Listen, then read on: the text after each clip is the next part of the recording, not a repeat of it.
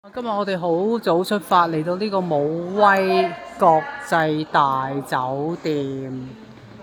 點解今日要住酒店呢？因為一陣3點鐘我要上課，香港嘅學生心源課第3節課，所以我哋嚟住大酒店。哇！終於有大酒店住啦！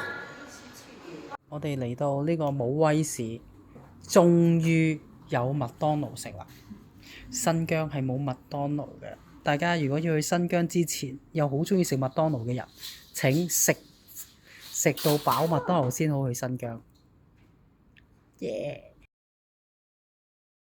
咁就下個禮拜見，你慢慢做功課。唔係喎，我有功課俾你喎，等我睇下先嚇。上完課，我哋又做咩呢？又睇電影。今日睇咩啊？Spiderman。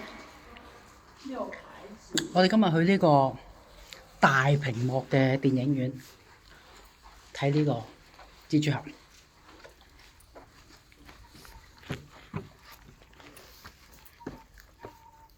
哇！有人睇喎，竟然〜